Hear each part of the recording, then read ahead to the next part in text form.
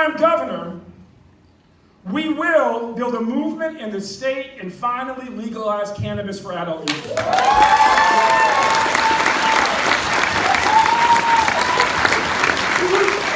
And if you're wondering, yes, Dave is the first person who ever made the argument to me that cannabis should be legal for adult use. I'm the pot lobby. I was completely skeptical then, but I agree with him now. And I agree with them, yes, because we have to stop the injustices. Frankly, we have a very racial edge to them, the racial injustice of how the laws have been enforced, but we have to go further.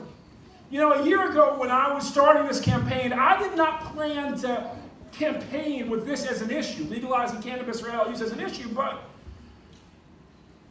I was very concerned about violence in the city and in the state. I've had 2 family members shot, real talk, in Maryland in the last 10 years.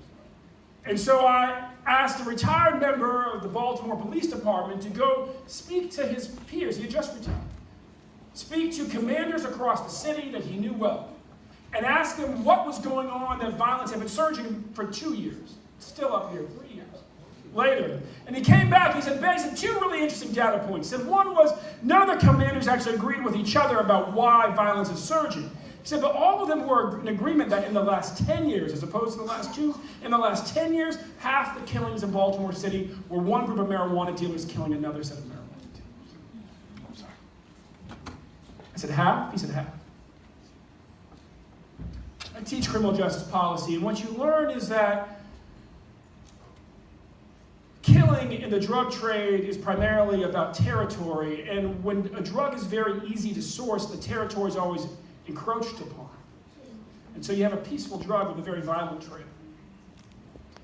And if I'm committed to anything, it's to making sure that all of our young people are safe and that we end the scourge of killing in our city. And so we will legalize cannabis for adult use. You know, the other thing I'd say is this. Dave is named for a bishop in the AME church, his great-grandfather, Bishop William David Chappelle.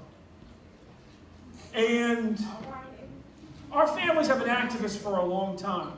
His parents are activists, my parents were activists, that's how they bonded. And we were each trained to understand that you can never half solve a problem, or you still have a problem. That's why we can't just stop with decriminalization. That's half solving the problem. We have to go the full distance, bring down the killings, take the money out of the pockets of the gangs and the cartels, put that money in the pocket of our businesses and our farmers and our state treasury so we can finally fully fund full-day universal pre-K for all our kids.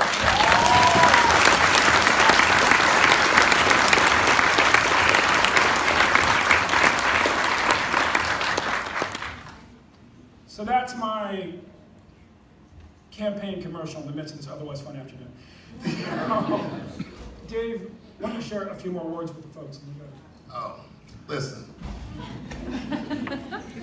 I'm telling you, you guys got a wonderful opportunity in front of you in this guy. I really do, like, with no disrespect, I hate politics. I think it's awful. I hate what's happening in our culture. But this is like a ray of hope for me, man. This is like, when Ben told me that he decided to run, I was elated because I didn't even imagine that somebody that I love and trust could sit in a powerful seat. But I trust him is the operative word. And trust is really what our culture needs again. We got all these institutions that have mistreated us or abused our trust, and this is an opportunity to reinvest and right our ship. I mean, if you talk about equity, this guy has dedicated his life to studying the inequities so that he could make it right. And he's very capable, and I'm excited, Ben. You know, he's seasoned. Ben, you're a soldier. And I'm rocking with you. Let me know.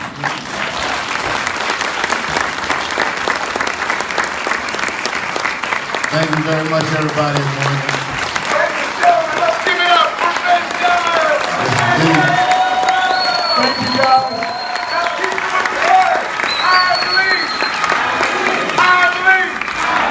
I believe that we will win. I